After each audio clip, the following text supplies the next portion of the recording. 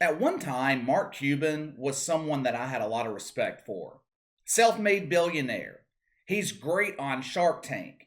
He turned the Dallas Mavericks, which before Mark Cuban was one of the NBA's worst run franchises, and turned them into one of the consistently top drawing teams in the NBA. At one time, Mark Cuban had common sense. Honestly, he was a lot like most of us. I wouldn't call him conservative. I wouldn't have called him a liberal. It didn't matter what side of the political aisle an idea or something came from. If it made sense, Mark Cuban supported it. I lost a lot of respect for Mark Cuban when I came to the realization that he just doesn't have any balls. Just like many other token white people last year, Mark Cuban bent the knee to the agenda. Remember last year when he went on Megyn Kelly's show?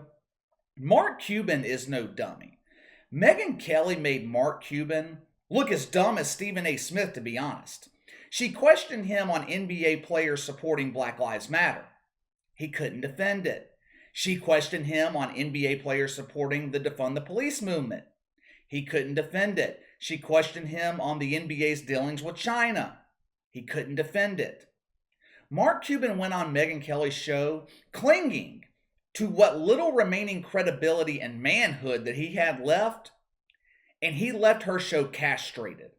It was an intellectual assault by Megyn Kelly. You know why? Because the agenda is indefensible. It can't be defended. It's impossible. I can't remember seeing Mark Cuban on a right-leaning show since Megyn Kelly. It was an embarrassing moment for him. Last season, one of the ways Mark Cuban virtue signaled and showed that he was one of the cool white people was to stop playing the national anthem before Mavericks games in Dallas. Now, he didn't make this decision because he was getting pushback from players. Tim Hardaway Jr. didn't tell Mark Cuban that the national anthem offended him. So Mark Cuban stopped playing it because Tim Hardaway was offended. No, that wasn't the reason. This wasn't a league-wide thing that Mark Cuban just reluctantly fell in line with. The decision to quit playing the national anthem was unprovoked. It was a virtue signal by Mark Cuban to the woke community. The same woke community who doesn't even watch the NBA. They're too busy scouring social media for their next racist scandal or living in one of those cardboard boxes in the center of downtown Portland. The reasoning behind Mark Cuban's decision? He said he quit playing the national anthem before games to respect all voices. We have to be mindful to those who are offended by the playing of the national anthem. Doesn't that sound like some woke garbage? There is a simple solution to those who are offended by the playing of the national anthem. Get the hell out. Then you won't be offended anymore. Now, to Adam Silver's credit, God knows it's rare that I defend Adam Silver here on this channel, but to his credit, he enforced an NBA policy that requires the playing of the national anthem before NBA games. Now, to the credit of players in Dallas, I cannot recall one instance of a player kneeling for the national anthem this season. Apparently, the only person bothered by the national anthem in Dallas was the damn owner, Mark Cuban. The one who should be the most thankful to be living in America, the country that gave him the opportunity to make billions of dollars. You think Mark Cuban would be a billionaire if he was born in China? No. You think he'd be a billionaire if he was born in Afghanistan? No. The thing is, Mark Cuban's never been afraid to speak his mind. If he's afraid to speak out against the damn agenda, you know there's got to be some powerful forces at work behind the scenes. I honestly don't think Mark Cuban supports any of this garbage. I just think he is afraid for one reason or another to speak out against it. But anyway, I'm getting a bit off topic. Mark Cuban won't have to worry about making a decision regarding the national anthem this season. The government in Texas has made the choice for him. Oh, Mark Cuban still has a choice. This is still America. He has a choice. He can either play the national anthem before Mavericks games or risk losing, potentially, millions of dollars.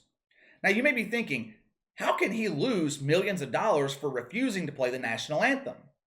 The government of Texas, they're not actually going to fine Mark Cuban. Fining him would be a type of punishment. Believe it or not, If that were the case, I'd have a big problem if the state of Texas was going to fine him. I don't like the government forcing people into doing things. Even if it's something I agree with, I don't like it. But if Mark Cuban refuses to play the national anthem, he's going to be required to repay funds that the state of Texas previously or is still giving him, which could add up to millions of dollars in repaid money. I also find it ironic. A while back, when it was announced that Mark Cuban was refusing to play the national anthem, every media outlet in the country reported on the story. The Washington Post praised his decision. The New York Times, ESPN, Forbes. Everybody was praising Mark Cuban for his courage to not play the national anthem. When news broke yesterday that the state of Texas was essentially requiring the playing of the national anthem, you know how many media outlets covered this story? One outlet covered the story. You guys already know which one I'm talking about. Outkick. There was no fake outrage from the media, no cries of systemic racism in the state of Texas. They completely ignored the story. Oddly enough, Mark Cuban accomplished absolutely nothing with his refusal to play the national anthem a few months ago. The NBA quickly shut it down. The only thing Mark Cuban accomplished was destroying what little credibility and respect that he had left with half the population.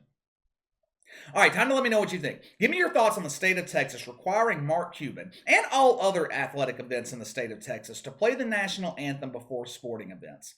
Sound off in the comments below. Make sure to like and subscribe. Click the notification bell to receive all notifications from the channel. Best way to contact me is by email at btlkc84@gmail.com, KC_BTL84 on Twitter. I'll see you guys later.